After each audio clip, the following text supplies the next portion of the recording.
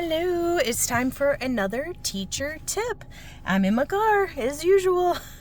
So today I wanted to talk with you just a little bit about, as a teacher or as a performer of belly dance, being a good choreographer. So this is a fun one to talk about. A lot of times as dancers and as instructors or performers, we are expected to wear many hats, and one of them is choreographer. We're one of the very few art forms where we typically don't have a whole team to do a lot of the things for us. In ballet and other forms, they have an official seamstress. They have, a choreographer, and all of these are different people. Anyway, in belly dance, a lot of times we have to choreograph. And of course, choreographing for a group versus a solo, completely different. But I'm not here today to talk about that per se. I'm here to talk about the choreographic process, if you will. And I always love hearing about other people's processes. So, everybody's different, right? That's a first given. But the choreographic process for me is kind of a constant thing. So maybe I find a song that I like, or maybe I'm looking for a certain folkloric style or prop or mood that I want to convey. And so a lot of times I find the music first. It kind of starts with an idea, and then I kind of do a little research to find music that suits that. Sometimes it's the complete opposite and flip-flopped around, where maybe you have moves and whatnot and the music comes later, or you discover the music first. It really is a kind of fluid process. But going back to the constantness of it, I find personally I choreograph best sometimes when I'm multitasking or doing other things, which I know may be different for other people. So what I mean by that is I might be driving in my car, especially when I'm doing a long road trip, and I might listen to a song I really like multiple times, and something will happen. A little idea will pop up into my mind of a solo or a group number that I want to do. For this purpose, and this is a tip that I like to share, I'd love to hear what your hacks and tips are. I keep a voice recorder in my phone so that if I have a moment where something comes to mind, I will record it immediately. And I can do that hands-free while I'm driving so that later I can go back through my notes. So that's one way I kind of choreograph. Choreography for me is definitely a process. I'm not blessed like some with, you go to sleep and you wake up and an entire choreography has created itself in your mind. It doesn't work that way whatsoever for me. So depending on if I'm choreographing for myself or a group, my choreography can look very different, and it can evolve over time.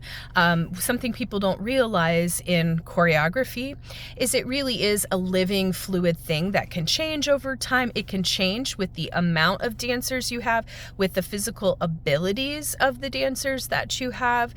There's just a ton of factors. So as a choreographer, you really need to be very mindful of all of these different layers and levels that happen. Also, for aspiring choreographers and people like that, I would definitely encourage you to, yes, of course, listen to your music, but also start dissecting your song structure.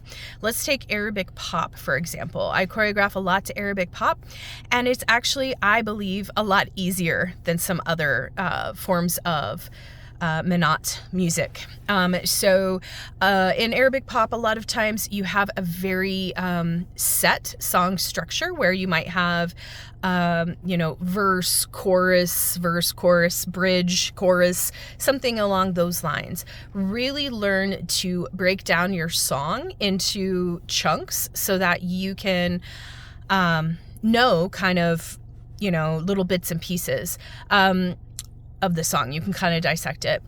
Something that took me way too long to learn as a choreographer is repetition is your friend. So what does that mean? If you have a cute combo that you do to the chorus, you can repeat it. So no one really taught me that. And as a baby choreographer, I really thought you had to just have every trick in the book, and this is not true in your choreography. Repetition is actually soothing to the eyes and the brain of both the dancer and the observer. So don't feel like you have to reinvent the wheel at every single bar. So lastly, one thing I will say, and it's just I'm not really looking for sympathy per se, but as a choreographer, going back to group work and choreographing for the specific group you have, you really need to be mindful of if all your dancers will be there. What I mean by that is, like, for example, in troupe work, sometimes I have choreographed pieces where maybe I have each person doing a cute little mini solo, or I've choreographed it so there's a big circle or a line change or what have you. Sometimes if you choreograph that for 8 people and only 2 people can make the show, that'll completely change the look of your choreography. So unfortunately, sometimes that is unavoidable, especially in hobbyist dance troupes, which most of us are hobbyist troupes.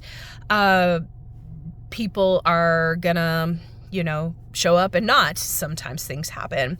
So as a choreographer, you have to think about that. And I've learned that the hard way, let me tell you, where I've choreographed pieces with mini solos or really cool cannons where each dancer gets a certain bar of music, and it just does not work. So I have to reinvent and restructure the whole thing if people are missing. So these are just a few things. They're not made to intimidate you, but they're just made to help you understand the choreographic process.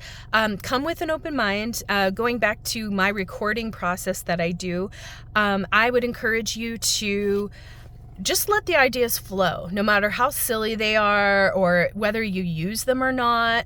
Let the ideas flow. Imagine the belly dancer in your mind, and what would she be doing if she had all the skills and all the health and all of that. And then you can kind of tweak it down and bring it back down to reality based on your abilities, the abilities of your dancers, the needs of the community for this piece. So good luck. Let me know your choreographic process in the comments, and I hope you have a beautiful belly dance day. Take care.